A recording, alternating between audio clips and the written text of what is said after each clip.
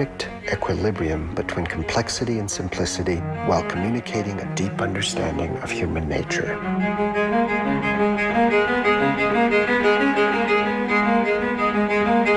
You can be inspired, you can learn from the best, but don't try to be like somebody else.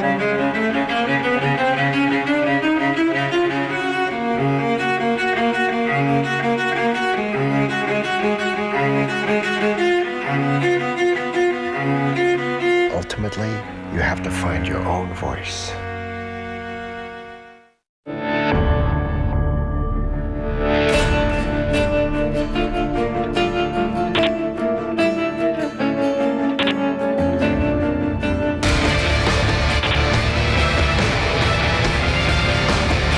Imagine your finger being stuck in a lighter and just keep it there for hours. Nature's Deadliest. Tomorrow, 9 p.m. on Octo's Animal Night Monday. Looking for business funding? First, polish your elevator pitch. No, let interest be the answer. Then, do your homework. Do you currently have a signed term sheet? No. Get your business plan right. We are actually looking at $2.99 charging. I'm not sure I want to pay that. And you could get the offer of a lifetime. I'll put my money just to get these two boys up. See how it's done on Angels Gate, Monday at 8 p.m.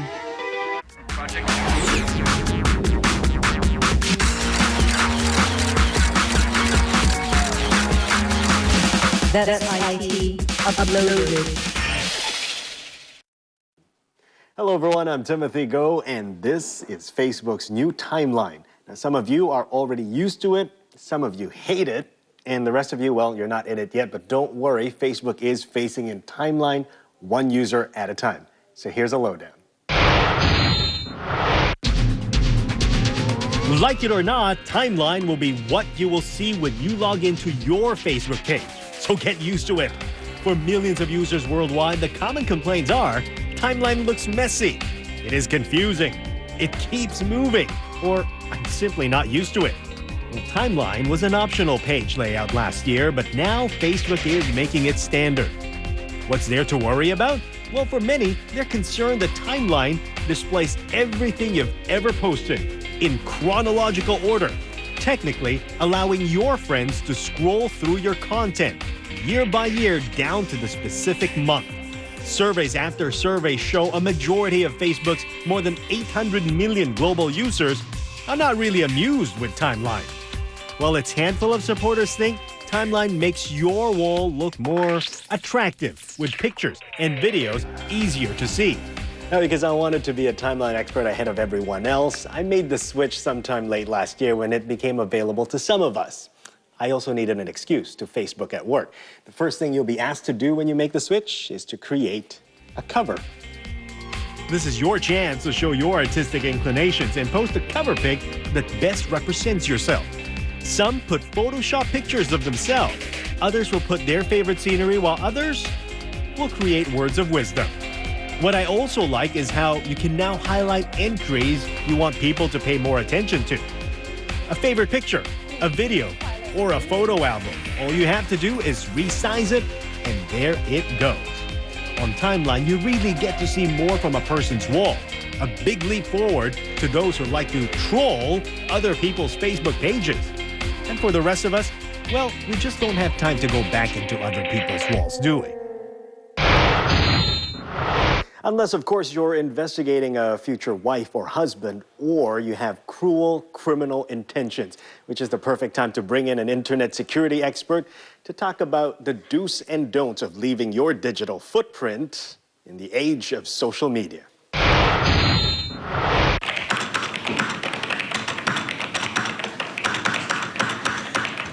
Unless you're aware of it, unless you educate your teenagers to go on and ensure that they're enabling it, user information is out there for all to see. And again, it's a digital footprint. There's a digital footprint that once you put that on the internet, you've lost control and ownership of that.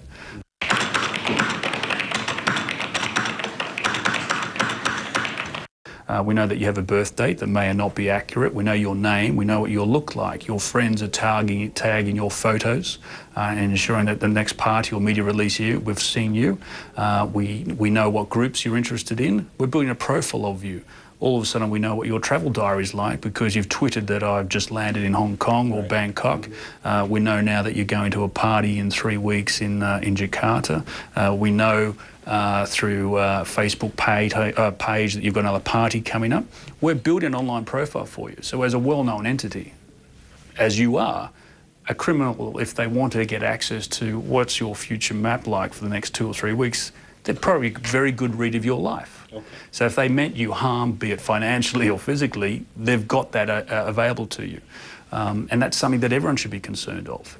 The more you put online, the more you're opening up for criminal enterprises to take advantage of that. And you need to be careful of it.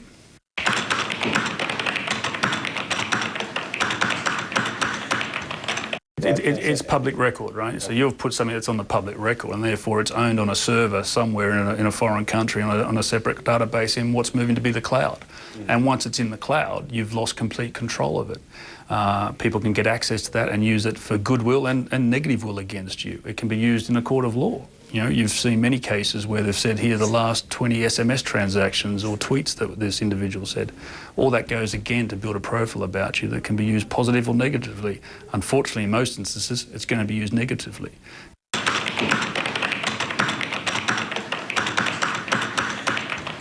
We've been surprised by the last 5 years of social engineering and social media connectivity.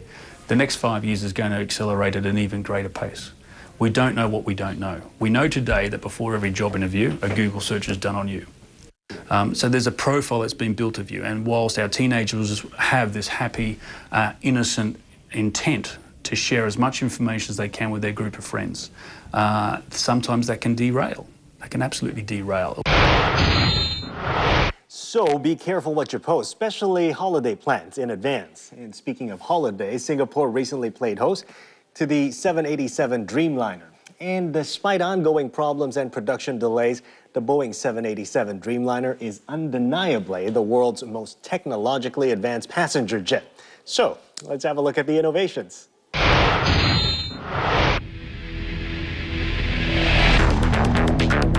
The Dreamliner is the world's first commercial plane made mostly of composite materials, which means it is lighter than any passenger jet out there today.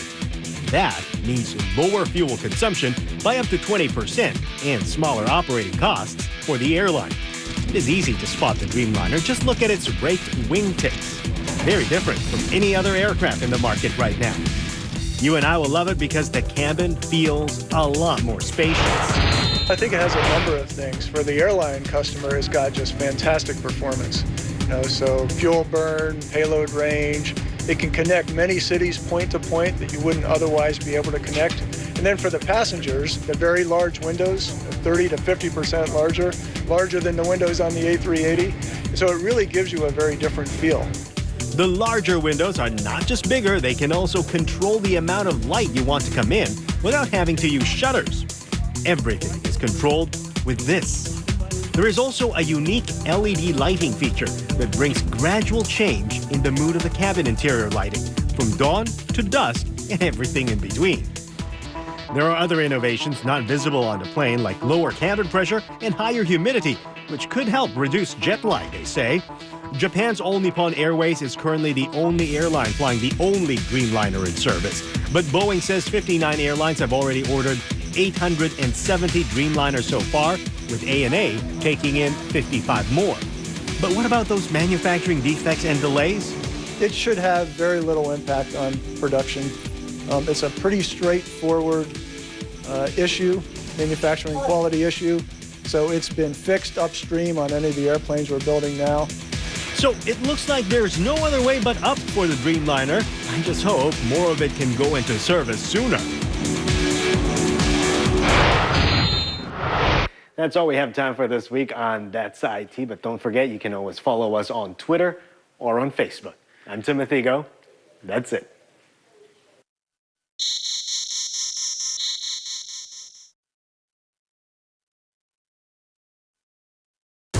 Religious fundamentalism is a threat to Asia's future.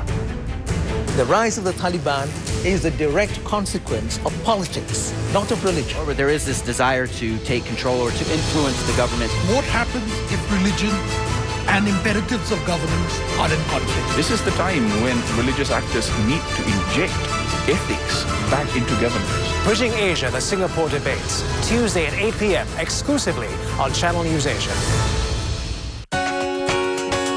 With regards to reproductive health, a lot of women still regard it as a bit of a taboo in our Asian culture.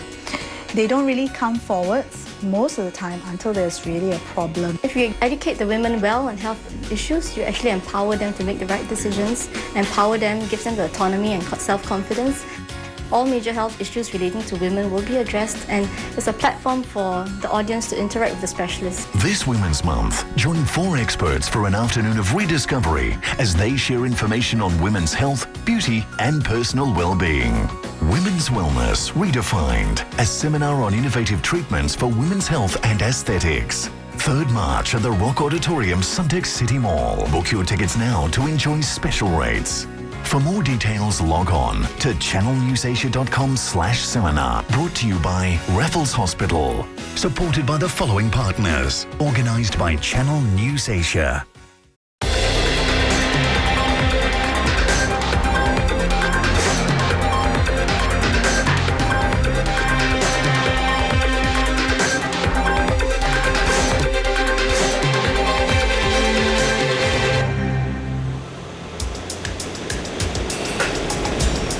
This is a city that has got everything going for it.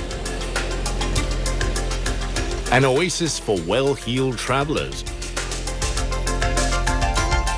And a strategic location right in the heart of Indochina's central economic growth triangle. This is Danang, dubbed as Vietnam's rising star.